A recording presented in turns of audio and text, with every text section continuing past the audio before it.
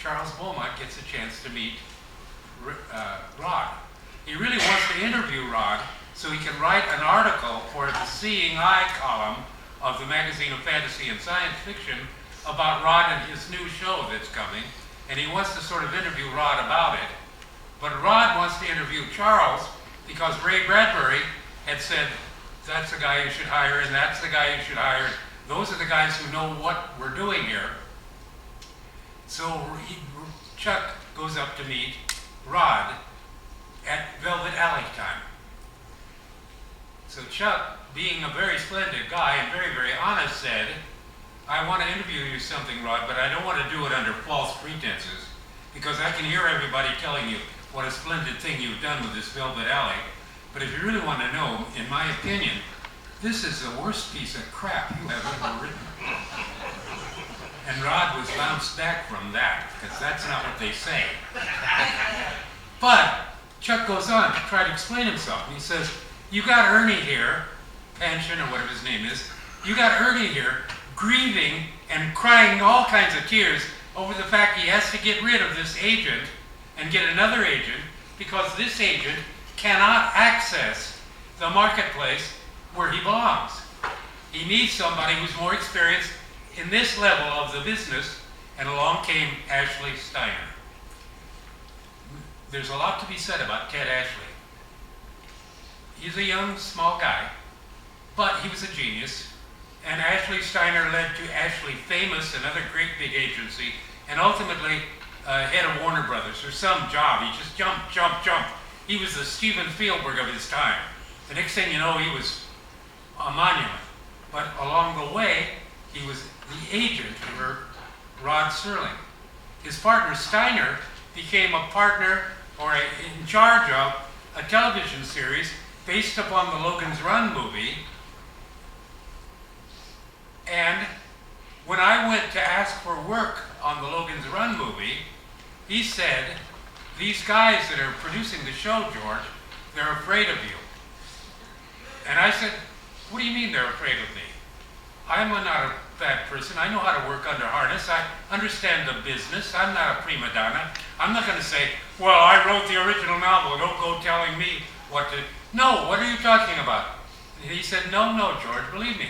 They're afraid of you. You're in a position, being the author of the original work, to humiliate them if you want to, at the right or the wrong time. So in any event, I'm sorry, but I'm sent out here to explain it to you because I can do that. They can't. And so, we're sorry we can't hire you to do Logan's Run.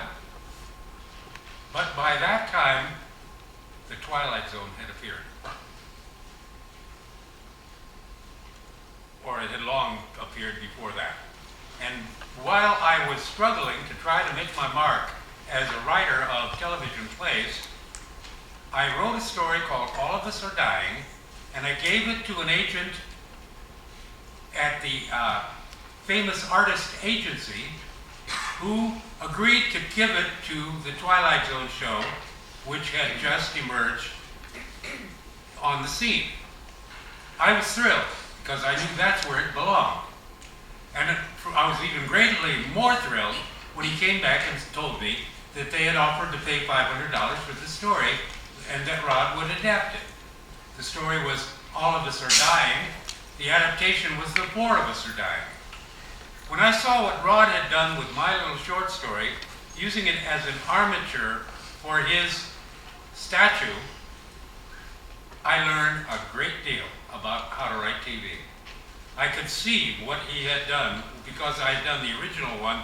I could see what transformations took place as it expanded from a 6 or 8 page story to a 25, 30 page teleplay, and how he had invented new characters and new situations, but that the armature of the widget, the wadget, and boff, that da-dum, da-dum, da-dum structure in my story provided him with the organization to make The Four of Us Are Dying really into a very exciting and mysterious and ominously frightening kind of a show. Now that was my third credit. About that time, shortly thereafter, Icarus came out, and a couple of years later, Ocean's 11 came out, And I thought, what a weird thing. My first collaboration is with Frank Sinatra and Louis Milestone, who did All Famous, All Quiet on the Western Front. My second one is with Ray Bradbury, whom I consider to be the West Coast god of the story-making business. His art was so palpably visible to anyone who cared to look. And now the third credit, I'm sharing space on the screen with Rod Serling.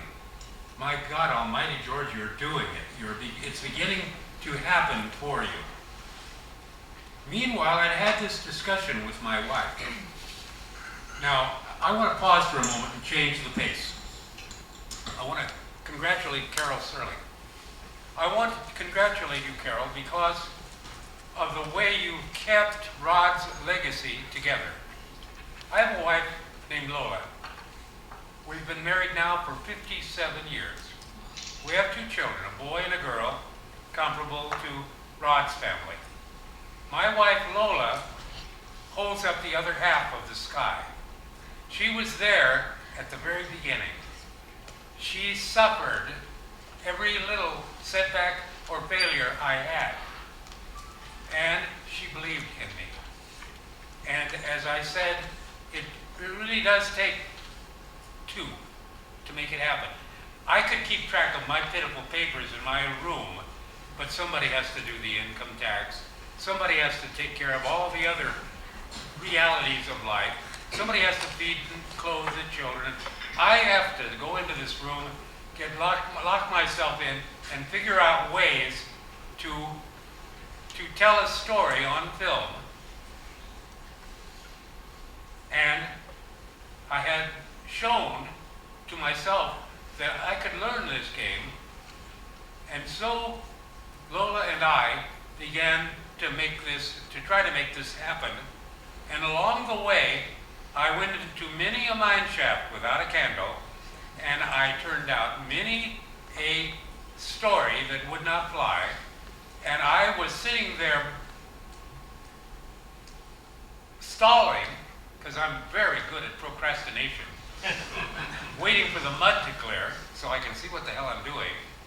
And Rod offered to buy my story. And all of this is happening sort of sequentially, but there is it. Lola, my God, I did one of these failures that I could not sell to any of the magazines. And I retyped some of them a dozen times, and I sold one of them to Mr. Serling, and I can get an appointment to talk with Buck Halpin. And let us not forget Buck Halpin. Rod could not do, no, let us put it another way. No one else in America could have done what Rod did.